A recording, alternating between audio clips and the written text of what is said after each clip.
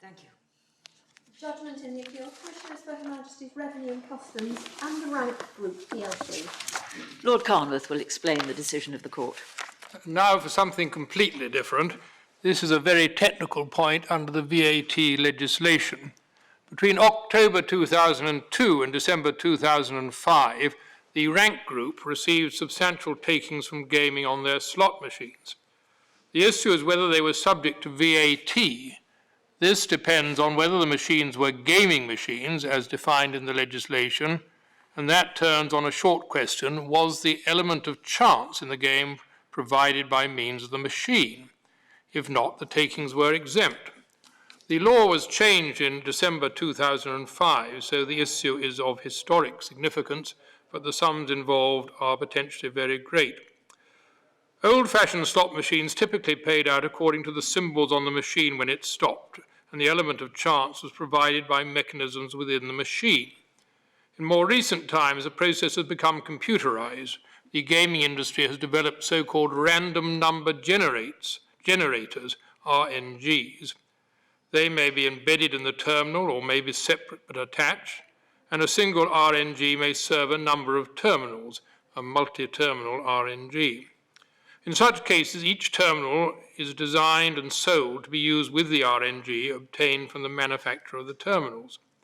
The RNG is constantly generating random numbers. As soon as the lever is pulled or the button is pressed, the most recent random number is used to determine the result.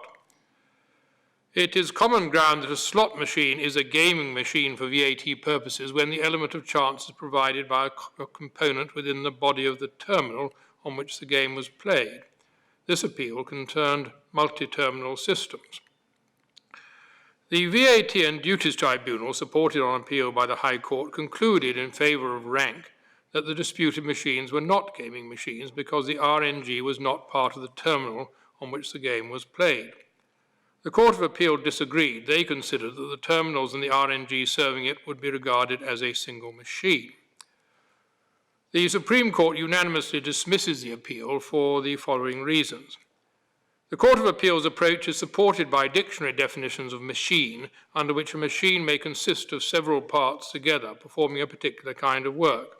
Here, the overall purpose is the creation of a game of chance for the player, in which the terminal and the RNG play essential and connected functions.